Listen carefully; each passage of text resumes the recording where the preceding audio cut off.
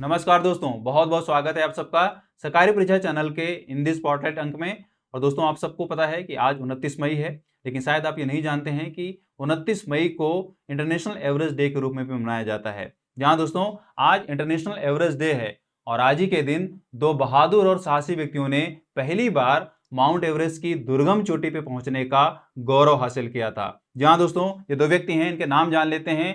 एक हैं Edmund Hillary, जो कि न्यूजीलैंड से थे, और एक हैं तेंजिंग नॉर्गे, जो कि नेपाल से थे। इन दोनों व्यक्तियों ने पहली बार 29 मई 1953 को माउंट एवरेस्ट की चोटी पे पहुंचने का इतिहास रचा था। इतिहास इसलिए रचा था दोस्तों बिकॉज उस समय तक ये माना जा रहा था कि माउंट एवरेस्ट की चोटी पे पहुंचना नामुमकिन है, दुर्गम है या काफी मुश्किलों भरा है।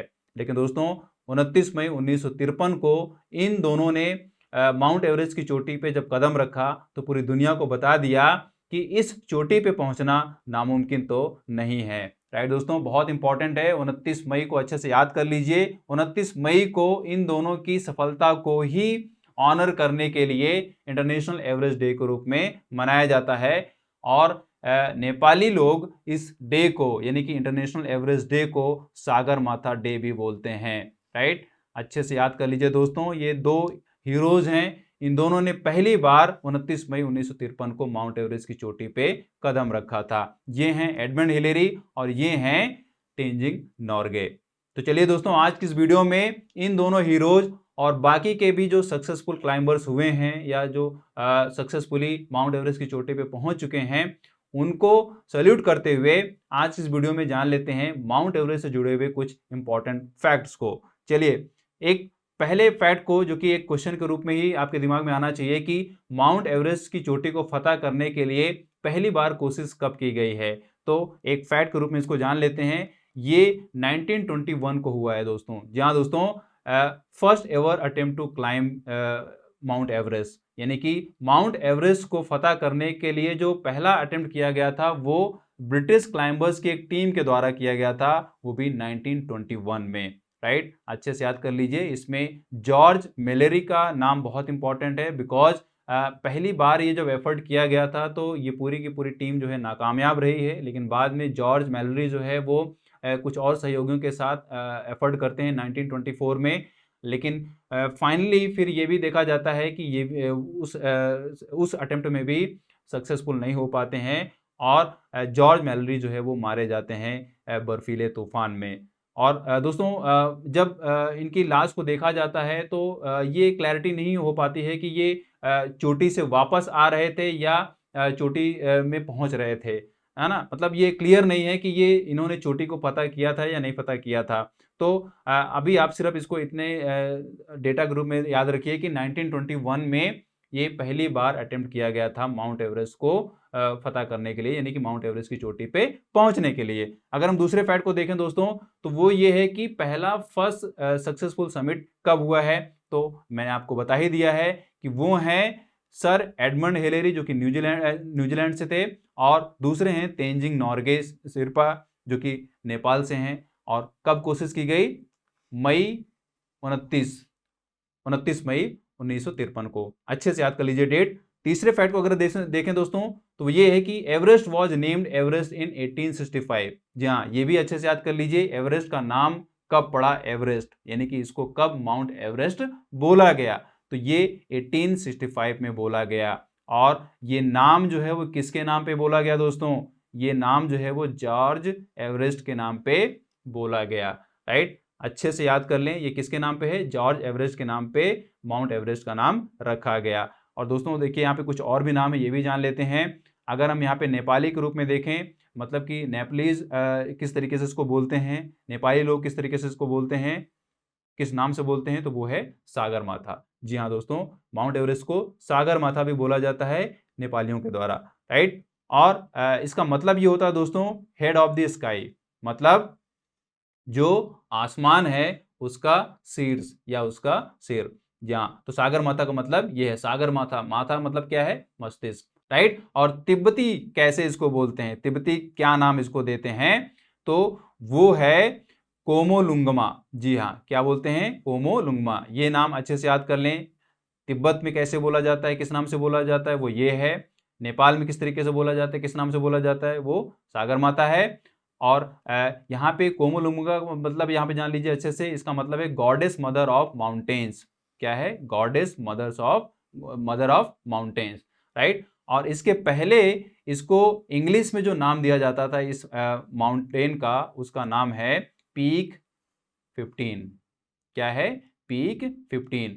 यानी कि जो इंग्लिश में इसका नाम दिया जाता था पहले, वो क्या था? Peak 15, right. अच्छे से याद कर लें, स्टैटिक जीके के रूप में पूछा जा सकता है। दोस्तों अगर हम यहाँ पे नेक्स्ट फैक्ट की बात बोलें तो वो ये है कि इसकी जो हाइट है वो हमेशा से कंट्रोवर्सी में रही है, लेकिन जो एडॉप्टेड या जो वाइडली एडॉप्टेड या वाइडली एक्सेप्टेड जो हाइट मानी गई है, दैट इज 8,848 मीटर्स, राइट। ये जो ऊंचाई है वो समुद्र तल से ऊंचाई होती है दोस्तों, ये दिमाग में हमेशा रखा करिए। जब भी किसी माउंटेन की ऊंचाई को बताया जाता है तो मतलब वो समुद्र तल से उसकी ऊंचाई को बताया जाता है, राइट। और जो भी बेस होता है, जो भी बेस कैंप होता है, उसके टर्म में अगर आप हाइट को देखने बैठेंगे तो हो सकता है कि माउंट एवरेस्ट से भी आपको ऊंचे पहाड़ मिल जाएं, राइट। तो ये बेसिक फैक्ट दिमाग में जरूर रखा करें जब भी आप हाइट के बारे में पढ़ते हैं, है ना। मतलब कि अगर आप ये सुनते हैं, पढ़ते हैं, याद करते आ रहे हैं कि माउंट एवरेस्ट जो है वो क्या है? दुनिया का सबसे हाईएस्ट माउंटेन है, तो आप दिमाग में ये भी रखिए कि वो जो हाइट है वो समुद्र तल की ऊंचाई से नापी जाती है, राइट। तो मैंने आपको बताया कि ये जो हाइट है वो बहुत ही कंट्रोवर्सी में रही है, बिकॉज तरह तरह की रिसर्च हुई, तरह तरह की हाइट को मेजर किया गया है और डिफरेंट क्लाइंबर्स ने अपनी जो भी रिपोर्ट दी है। लेकिन जो नेपाल का जो टूरिज्म डिपार्टमेंट है वो जो एक्सेप्ट करता है या वो जो एक तरीके से कंट्रोवर्सीज आती हैं, फाइनली वही एक तरीके से बताता है कि हम इस रिपोर्ट को एडमिट करते हैं या हमारी तरफ से हाइट जो है वो ये रखी जाती है, राइट। लेकिन दोस्तों अभी मोटे तौर पे आप ये समझिए कि अभी जो वाइडली एक्सेप्टेड हाइट है दैट इज 8,848 मीटर्स है, राइट। अच्छा, नेक्स्ट फैक्ट की अगर हम बात बोले दोस्तों तो ये है कि Mount Everest is ever growing. जी, माउंट एवरेस्ट की हाइट अभी भी बढ़ रही है। ऐसा क्यों हो रहा है भाई? ये बहुत इंटरेस्टिंग है।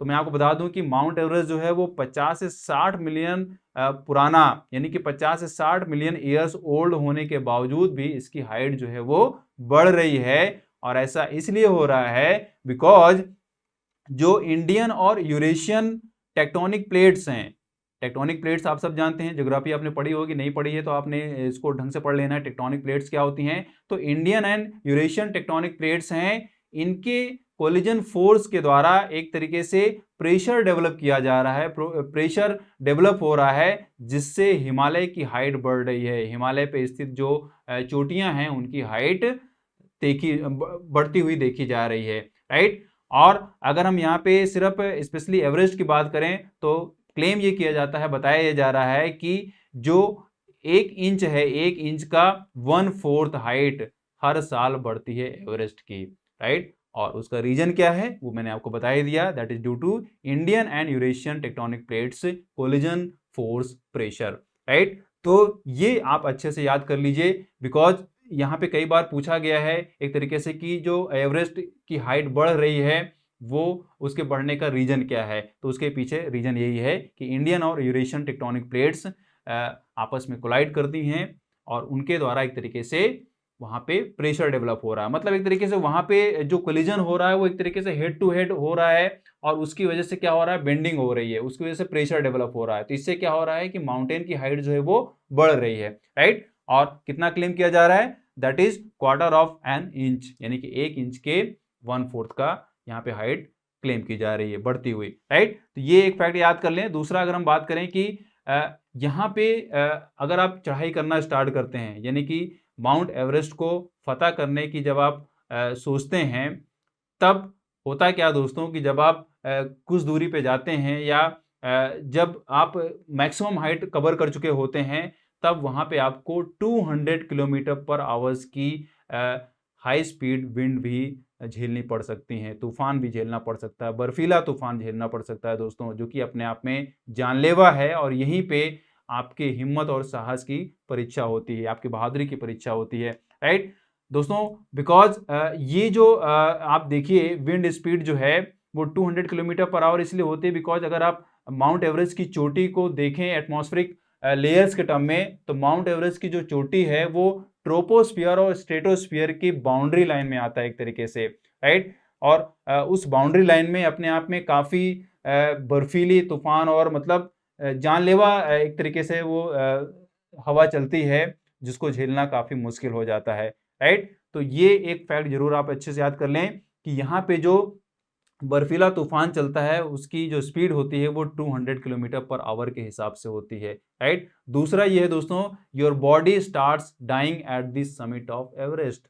ये भी एक बहुत इंपॉर्टेंट फैक्ट है, बिकॉज आप सब जानते हैं कि ऊंचाई पे बढ़ने के साथ साथ ऑक्सीजन की कमी होती जाती है। और अगर एवरेस्ट की बात करें दोस्तों, तो एवरेस्ट पे जो ऑक्सीजन की अवेलेबिलिटी है वो समुद्र तल पे जो ऑक्सीजन मिलता है या ऑक्सीजन मिलती है उसकी क्वांटिटी का 1/3 ऑक्सीजन यहाँ पे बच पाता है एवरेस्ट पे। तो सोचिए, यहाँ पे सरवाइव करने के लिए आपको सप्लीमेंट्री ऑक्सीजन की जरूरत पड़ेगी ही पड़ेगी, राइट। तो ऐसे में काफी लंबे समय तक अगर आप माउंट एवरेस्ट पे पहुंच भी गए तो काफी लंबे समय तक रुकना भी अपने आप में काफी इम्पॉसिबल हो जाता है। लेकिन दोस्तों, ये कारनामा भी एक आदमी के द्वारा किया गया है। उनका नाम है बाबू छेरी शेरपा।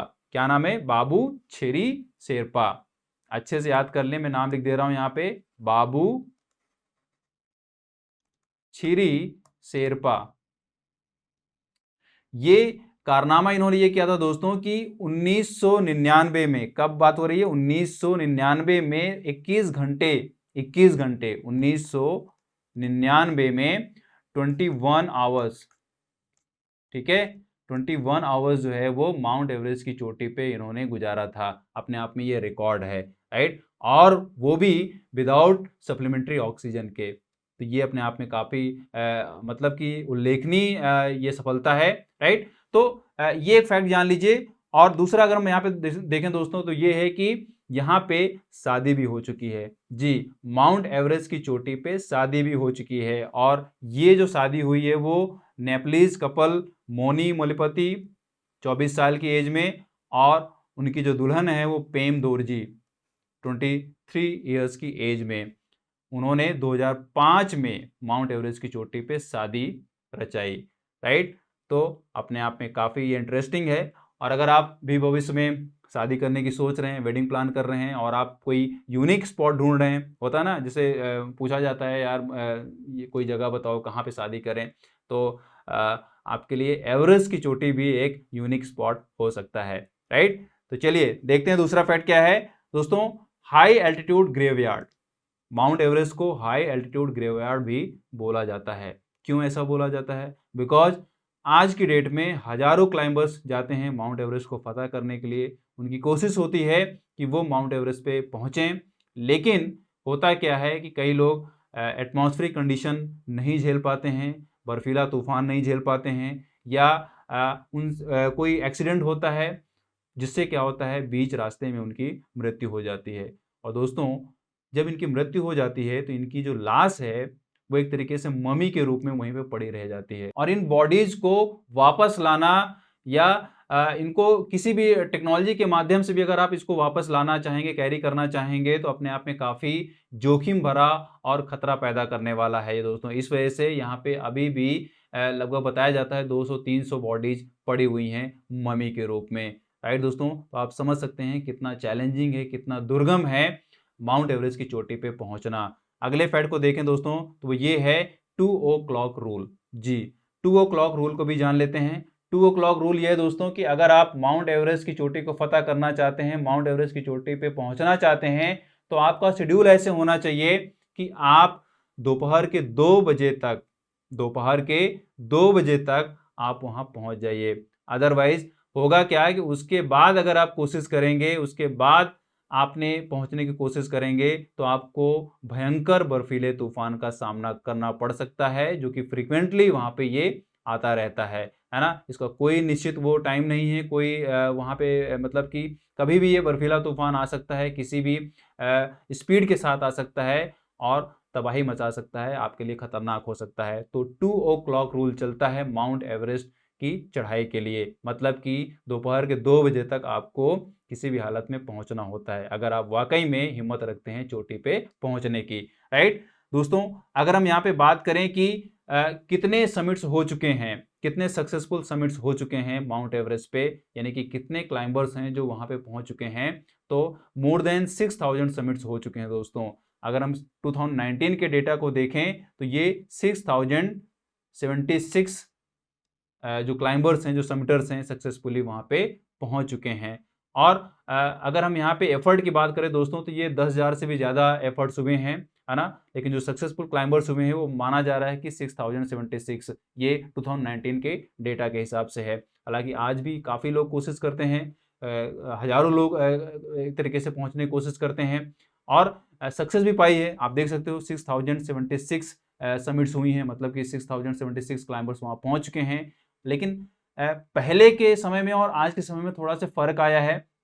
फर्क ये आया है कि जो शुरू में, यानी कि अगर हम बात करें एडमंड हिलेरी की और तेंजिंग नॉर्गे की, तो सोचिए कि उनके लिए कितना दुर्गम रहा होगा, कितना मुश्किलों भरा रहा होगा। बिकॉज उस टाइम पे इतनी सुख सुविधा नहीं थी, इतने टूल्स नहीं थे, इतने टेक्नोलॉजी नहीं थी जिसको वो यूज कर पाते। लेकिन आज के डेट में क्लाइंबर्स जो है काफ़ी टूल्स का इस्तेमाल करते हैं, काफ़ी टेक्नोलॉजी का भी इस्तेमाल करते हैं, राइट। हालांकि देखिए यहाँ पे चाहे जितना टूल्स का यूज़ कर लिया जाए, चाहे जो भी टेक्नोलॉजी का यूज़ कर लिया जाए, अपने आप में माउंट एवरेस्ट की चोटी पहुंचना काफ़ी दुर्गम भरा हुआ है, काफ़ी चुनौतीपूर्ण है, राइट। तो दोस्तों यहाँ पे इस डेटा को आप अच्छे से याद रखें। अगर हम बात करें कि ये जो माउंटेन है वो क्या एकदम से क्लीन है, तो नहीं। एक यहाँ पे रिकॉर्ड या एक फैक्ट ये भी जान लीजिए कि बहुत सारे माउंटेन्स हैं, बहुत सारे माउंटेन्स पे लोग ट्रैकिंग करते हैं, बहुत सारे रिकॉर्ड्स बनाते हैं। लेकिन माउंटेन, एवरेस्ट माउंटेन जो है अपने आप में काफ़ी यहाँ पे क्लाइंबर्स पहुँचते हैं। और ऑब्वियस सी बात है, जहाँ पब्लिक होगी, जहाँ पे मनुष्य जाति होगी, वहाँ पे कचरा तो होगा ही। इस वजह से एवरेस्ट जो है वो डर्टीएस्ट माउंटेन भी बन चुका है। अंदाजा लगाया जा रहा है कि more than 50 tons of climbing waste is scattered on the mountain. सोचिए कितना ज़्यादा ये कचरा है जो कि इस माउंटेन में फैला हुआ है। और इस तरीके से माउंट एवरेस्ट को डर्टीएस्ट माउंटेन भी बोला जाता है, राइट। तो अब देखिए यहाँ पे बहुत सारे अटेम्प्ट्स किए गए हैं इस कचरे को निकालने के लिए। ऑब्वियस सी बात है, अटेम्प्ट करना भी चाहिए। लेकिन जब क्लाइंबर्स इतने ज़्यादा जाएंगे तो ऑब्वियस बात है कचरा होगा। तो ये टोटली जो है वो गवर्निंग बॉडी पे डिपेंड करता है कि वो किस तरीके से इसको मैनेज करे, है ना। कि किस तरीके से वहाँ पे क्लाइंबर्स आने चाहिए, क्लाइंबर्स का प्रेशर किस तरीके से होना चाहिए, और उनके साथ जो सामान कैरी होता है वो क्या क्या होना चाहिए, और जो कैरी हो भी रहा है तो क्या वो बायोडिग्रेडेबल है या नहीं है, राइट। ये सारी चीज़ें हैं दोस्तों। अगर हम यहाँ पे जाने कि माउंट एवरेस्ट के टर्म में जो समिट्स हुई हैं, जो क्लाइंबर्स पहुंचे हैं, उन लोगों ने कुछ रिकॉर्ड भी बनाया है क्या, तो जी हाँ, कुछ रिकॉर्ड भी बने हैं, इंपॉर्टेंट रिकॉर्ड बने हैं। वैसे तो बहुत सारे रिकॉर्ड्स हैं, आप पूरा अगर इसको सर्च करने बैठेंगे, विकिपीडिया में अगर सर्च करने बैठेंगे तो बहुत लंबी लिस्ट आपको मिलेगी, है ना। लेकिन कुछ इंपॉर्टेंट रिकॉर्ड्स हैं, उनको जान लेते हैं दोस्तों। देखिए, फर्स्ट वुमन क्लाइंबर। अब देखिए मैंने यहाँ पे वुमन क्लाइंबर क्यों रखा है, बिकॉज मेल क्लाइंबर तो आप जान ही चुके हैं। फर्स्ट वो हैं एडमंड हिलेरी और तेंजिंग नॉर्गे, राइट। लेकिन हम यहाँ पे फर्स्ट वुमन क्लाइंबर की भी बात कर लेते हैं। फर्स्ट वुमन क्लाइंबर जो हैं वो हैं जंको ताबेई, जो कि जापान से हैं। और 16 मई 1975 को ये सक्सेसफुली माउंट एवरेस्ट की चोटी पे पहुंचती हैं। अगर हम दूसरे रिकॉर्ड की बात करें दोस्तों तो वो है ओल्डेस्ट क्लाइंबर। जी हाँ दोस्तों, इस चोटी पे सबसे उम्र दराज व्यक्ति भी पहुंच चुके हैं और उनकी उम्र रही है 80 साल 224 दिन। और इनका नाम है योचिरो म्योरो। अब देखिए यहाँ पे प्रोनाउंसिएशन पता नहीं क्या हो। तो यहाँ पे ये 23 मई 2013 को सक्सेसफुली क्लाइंब करते हैं, ओल्डेस्ट क्लाइंबर बनने का रिकॉर्ड बनाते हैं, राइट दोस्तों। और अगर हम दूसरे रिकॉर्ड की बात करें तो वो है यंगेस्ट मेल क्लाइंबर। जी, 13 साल 10 मंथ 10 दिन ओल्ड जॉर्डन रोमरियो ने, क्या नाम है, जॉर्डन रोमरियो ने, जिनकी उम्र है 13 साल 10 मंथ यानी 10 महीने और 10 दिन की उम्र में, इन्होंने 22 मई 2010 को ये रिकॉर्ड बनाया था माउंट एवरेस्ट की चोटी पे पहुंचकर, राइट। और यहाँ पे यंगेस्ट फीमेल क्लाइंबर भी हैं और वो हैं मलावत पूर्णा। जी हाँ, मलावत पूर्णा जो है वो भारत का गौरव है और उनकी उम्र है, मतलब कि जब उन्होंने सक्सेसफुली इसको अचीव किया था, सक्सेसफुली समिट किया था, क्लाइंब किया था माउंट एवरेस्ट की चोटी को, तो उनकी उम्र थी 13 साल 11 महीने, राइट। और इन्होंने 25 मई 2014 को ये सक्सेस प्राप्त की थी। राइट दोस्तों, अपने आप में इम्पॉर्टेंट है, अच्छे से याद कर लें। मलावत पूर्णा जो है वो भारत की हैं और उन्होंने 13 साल 11 महीने की उम्र में ये कारनामा किया था। अब देखिए, अगर हम यहाँ पे मेल यंगेस्ट मेल की एज से कंपेयर करें तो 1 महीने यहाँ पे ये बड़ी हैं मलावत पूर्णा, अदरवाइज ये रिकॉर्ड इनके नाम पे ही होता है ना। तो यंगेस्ट फीमेल क्लाइंबर हैं और यंगेस्ट मेल क्लाइंबर कौन है? जॉर्डन ब्रोमडियो। अगर हम नेक्स्ट रिकॉर्ड की बात करें दोस्तों तो वो हैं ब्लाइंड क्लाइंबर। जहां दोस्तों माउंट एवरेस्ट की चोटी पे ब्लाइंड क्लाइंबर भी पहुंचे हैं, यानी कि ऐसे हीरो भी हैं जो देख नहीं सकते हैं, और उनका नाम है Eric Weimner. Right, Eric Weinmeyer. तो एरिक वाइनमेयर जो है वो यूनाइटेड स्टेट के हैं और 25 मई 2001 को ये सक्सेसफुली माउंट एवरेस्ट की चोटी पे पहुंचते हैं। अपने आप में वाकई में ये सराहनीय है कि इस दुर्गम रास्ते पे जब आप देख भी पाते हैं तब भी आप ढंग से नहीं चल पाते हैं, और वैसे में अगर आप भगवान ने आपकी आंखें छीनी हो लेकिन फिर भी आपके अंदर अगर जज्बा है, साहस है, बहादुरी है, तब भी आप यहाँ पे चढ़ने की कोशिश करते हैं और सफलता हासिल करते हैं, तो वाकई में अपने आप में ये काफ़ी मतलब ये सराहनीय है। राइट दोस्तों, देखिए एक यहाँ पे रिकॉर्ड ये भी है कि यहाँ पे आए दिन डेथ्स होती रहती हैं, बहुत सारी टीम्स जाती हैं इसको क्लाइंब करने के लिए, मतलब माउंट एवरेस्ट की चोटी पहुँचने के लिए, उनमें से कुछ डेथ्स भी होती हैं। लेकिन एक डेट ऐसी भी रही है जिस डेट में सबसे ज़्यादा डेथ्स मतलब कि सबसे ज़्यादा डेथ्स हुई थी, मतलब सबसे ज़्यादा मृत्यु हुई थी। तो वो डेट है 22, मतलब कि 22 लोग उस दिन मरे थे, और वो डेट है 25 अप्रैल 2015। जी हाँ दोस्तों, 25 अप्रैल 2015 को 22 लोग एक साथ मरे थे, मतलब कि जब वो माउंट एवरेस्ट की चोटी में पहुंचने की कोशिश कर रहे थे। तो ये कुछ रिकॉर्ड्स हैं, अच्छे से याद कर लीजिए, जो कि मेन इंपॉर्टेंट हैं। बाकी बहुत लंबा डेटा है जो कि इस वीडियो में देना मुश्किल है। आप जरूर जाइए, सर्च करिए, और जो जो आपको अच्छा लग रहा है, जो जो आप उसको याद करना चाह रहे हैं, एग्जाम के पॉइंट ऑफ व्यू से उसकी लिस्ट बनाना चाह रहे हैं, उसकी लिस्ट जरूर बनाएं।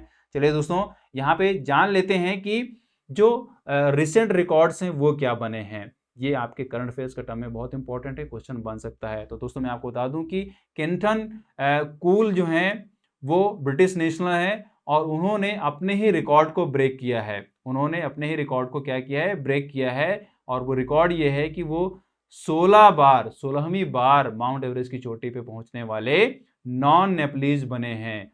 नॉन नेपलीज मतलब कि गैर नेपाली व्यक्ति बने हैं केंटन कूल, जो कि 16वीं बार माउंट एवरेस्ट की चोटी पे पहुंचे हैं।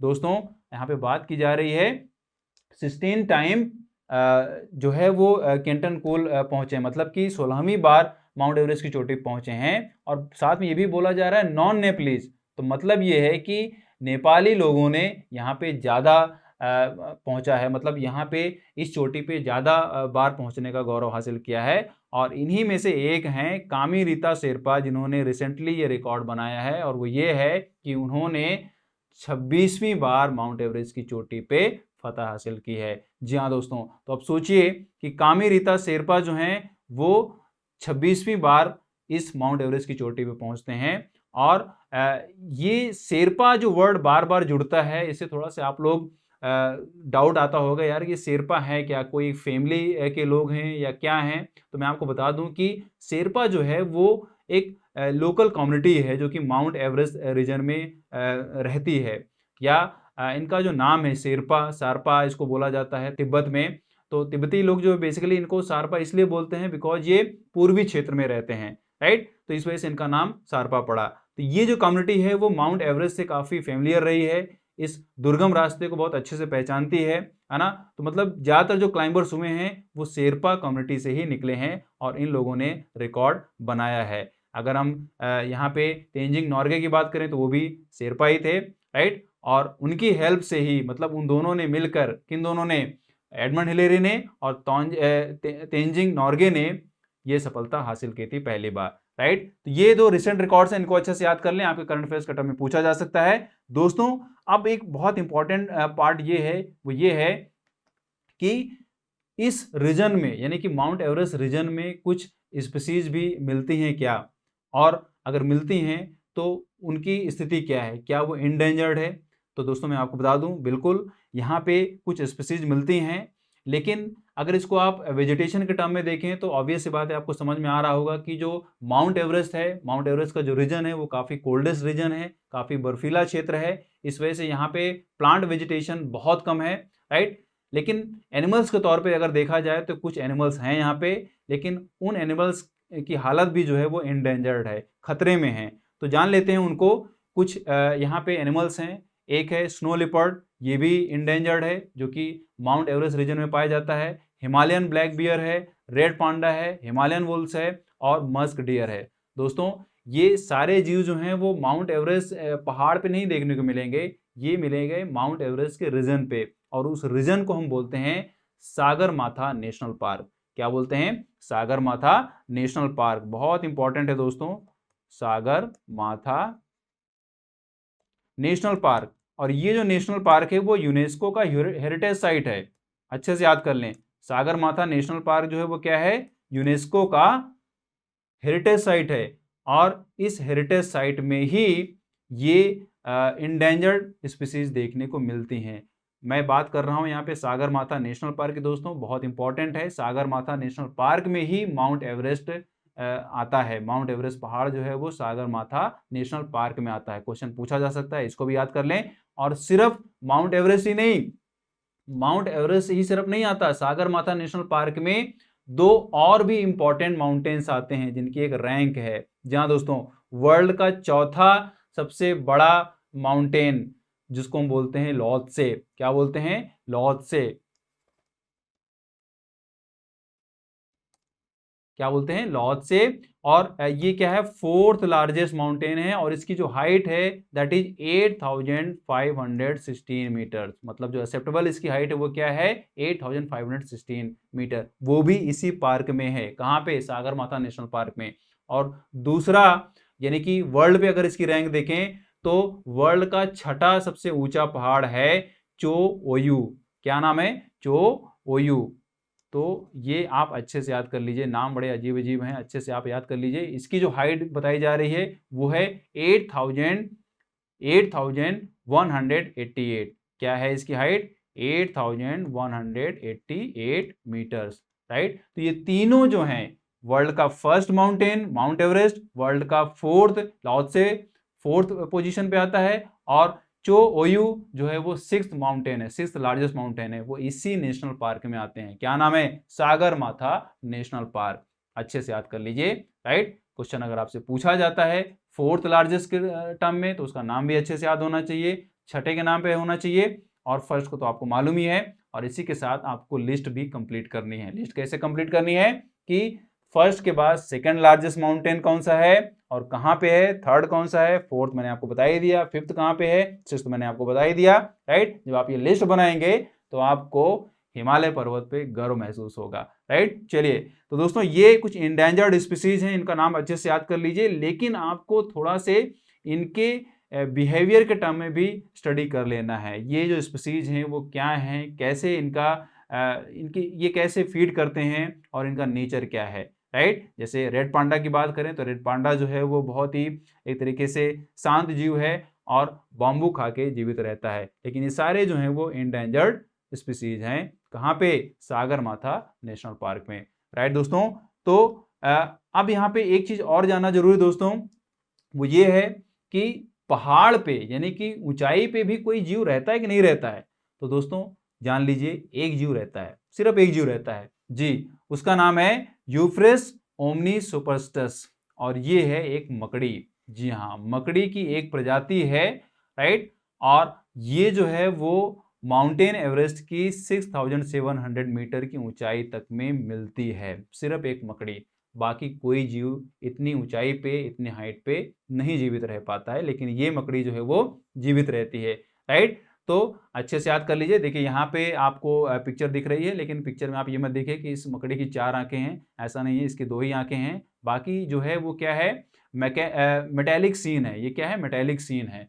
तो अपने आप में इंपॉर्टेंट है, इसको भी समझना, इसको भी डिटेल में समझ लें। ये किस तरीके का ऑर्गेनिज्म है, किस फैमिली से आता है, इसकी कैरेक्टरिस्टिक्स क्या है ना, किस तरीके से सर्वाइव करता है। तो दोस्तों ये थी कुछ स्पीसीज जो माउंट एवरेस्ट रीजन पे मिलती हैं, सर्वाइव करती हैं, लेकिन फिलहाल ये जो हैं इंडेंजर्ड हैं। राइट। आई होप आपको ये वीडियो हेल्पफुल लगी होगी। माउंट एवरेस्ट डे पे आपने इंपॉर्टेंट जानकारी हासिल की होगी और हिंट मिला होगा। जो हिंट मिला है उस हिंट को मार करके डिटेल जानकारी जरूर इकट्ठी करें, बिकॉज क्वेश्चन कहीं से भी पूछा जा सकता है, राइट। चलिए मिलता हूं आपसे नेक्स्ट वीडियो में, तब तक have a nice day, great day, thank you. Video को लाइक कर लें, शेयर कर लें, चैनल को सब्सक्राइब कर लें, साथ में बेल आइकन को प्रेस कर लें ताकि इंपॉर्टेंट वीडियोज आपसे मिस ना हो।